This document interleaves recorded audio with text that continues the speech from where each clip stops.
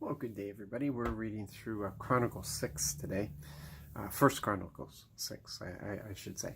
And here we're seeing where David set up the worship that was unique to David. 24 hours a day worship that was set up with the heads of the Levites' families. And offering up, he switched, he added this component of worship that came from a heart, a shepherd's heart, a very grateful shepherd's heart, one who learned to be dependent on the Lord in everything. And it's a very unique time, and it's illegal. These Levites weren't allowed to minister in front of the ark and the way they did. But David's heart was so sincere and so pure and so beautiful that the Lord allowed this. He allowed this amendment. I don't know what you would call it, but he allowed this illegal worship to take place because it was so beautiful and it was better than anything else that was being offered up.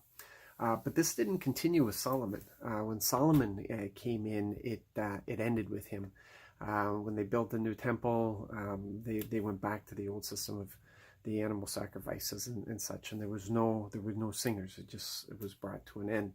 And the reason for that is because Solomon's heart was different than David's. Solomon did go on. He prospered more than David in a lot of areas. He was a king of peace. He didn't have wars. He had this wonderful trade system. He was prosperous in so much wealth and so many things that he was prosperous in, but he was not prosperous in his spirit. And we see that as he became distracted and fell away from the Lord.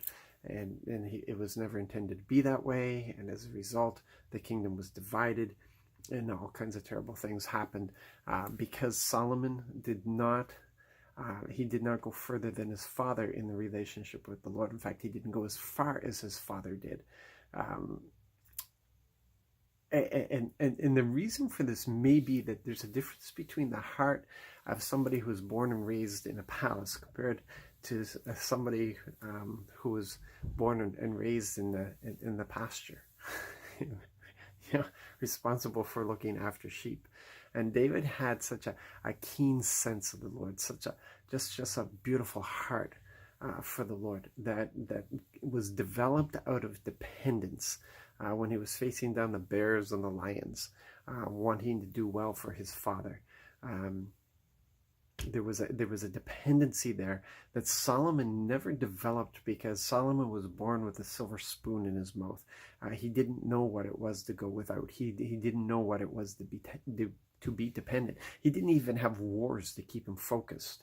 And that might be a bad thing to say, but he didn't have conflict in his life, and so there was none of this have to chase after the Lord, needing to press into the Lord to maintain peace and to seek direction and all this. It just wasn't there.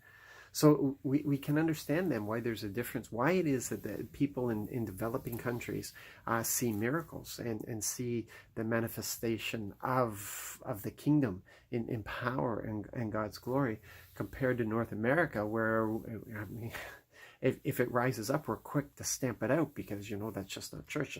That just doesn't happen anymore. It doesn't happen anymore because we were born with a silver spoon in our mouth. And we don't know what it is to be dependent. We don't know what it is to be desperate. We don't know what it is to need miracles. We don't know what it is to call out in that way. Some of us want to chase after it simply because we feel that God is glorified in those things, and we want to glorify our Father. It's really something to think about, and I don't want to think about what it would take for us to come back to that place of understanding dependency. I like to think that we could get there without tragedy. I think we like to get there when we realize the condition of our soul, the condition of our relationship with the Lord, and we want just a better and deeper place. But I don't know if we can get there without tragedy. So you be blessed. Seek after the Lord. Seek Him with all of his heart, so so we don't have to have a Jerusalem situation with persecution coming in. Be blessed.